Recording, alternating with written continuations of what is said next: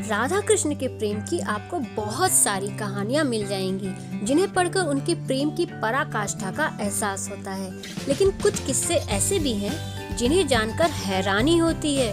भगवान श्री कृष्ण के सिर पर सजने वाला मोर पंख भी ऐसे ही एक किस्से का हिस्सा है। आइए दोस्तों, राधे कृष्ण की इस अद्भुत प्रेम कथा को मैं आपको विस्तार से बताती हूँ। नमस्कार दोस्तों, मैं हूँ मीतू आपके साथ और आप देख रहे हैं मीतू टॉक्स। अब आप मुझे इंस्टाग्राम और फेसबुक में भी फॉलो कर सकते हैं। कथा आती है कि गोकुल में एक मोर रहता था। वह भगवान श्री कृष्ण का अनन्य भक्त था। एक बार वह श्री कृष्ण की कृपा पाने के लिए उनके द्वार पर बैठकर कृष्ण कृष्ण का जप करने लगा। जप करते करते उसे 1 साल बीत गया, लेकिन उसे भगवान श्री कृष्ण की कृपा प्राप्त नहीं हुई। एक दिन दुखी होकर मोर रोने लगा। तभी वहाँ से उड़ती हुई एक मैना जा रही थी। उसने मोर को रोता हुआ देखा तो उसके पास जाकर रोने का कारण पूछा। तब मोर ने बताया कि 1 साल से मैं भगवान श्री कृष्ण को प्रसन्न करने के लिए कृष्ण नाम जप रहा हूँ, लेकिन श्री कृष्ण ने आज तक मुझे दर्शन नहीं दिए। यह सुनकर मैना बोली कि तू मेरे साथ बरसाना चल। वहाँ पर श्री राधे रानी बहुत दयालु हैं, वह तुझ पर जरूर कृपा करेंगी।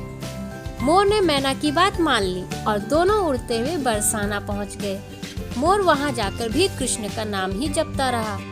कृष्ण का नाम सुनकर ही श्री राधे दौड़ती हुई आई और मोर को गले से लगा लिया। मोर ने कहा कि आज तक तो सुना था कि आप करुणामयी हो, मगर आज देख भी लिया। तब श्री राधा रानी ने पूछा, वह कैसे? तब मोर बोला, पिछले 1 साल से मैं श्री कृष्ण के द्वार पर कृष्ण का नाम जप रहा हूँ, लेकिन उन्होंने मुझे आज तक दर्शन नहीं दिए। तब श्री राधे ने कहा कि नहीं, मेरे कान्हा ऐसे निर्मोही नहीं हो सकते। श्री राधे रानी ने कहा कि तुम फिर से कन्हैया के द्वार पर जाओ, लेकिन इस बार कृष्ण नहीं, राधे राधे जपना। मोर राधा रानी की बात मान फिर से श्री कृष्ण के द्वार पर पहुंचा और इस बार राधे राधे जपने लगा।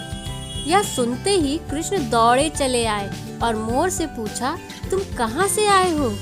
तब मोर ने कहा, हे माधव, हे गोविंद, मैं 1 साल से आपका नाम जप रहा था, तब तो आपने मुझे देखा तक नहीं, और आज राधे राधे जपने पर तुरंत दौड़े चले आए। मोर की बात सुनकर भगवान मुस्कुराए और बोले कि तूने राधा का नाम लिया है और राधा मुझे सबसे प्रिय है, इसलिए अब से तू भी मुझे प्रिय है।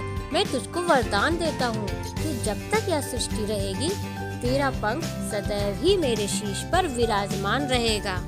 दोस्तों, मोर पंख में सभी तरह के रंग पाए जाते हैं। भगवान श्री कृष्ण मोर पंख के इन रंगों के माध्यम से यही संदेश देना चाहते हैं कि हमारा जीवन भी इसी तरह के सभी रंगों से भरा पड़ा है, कभी चमकीला तो कभी हल्का।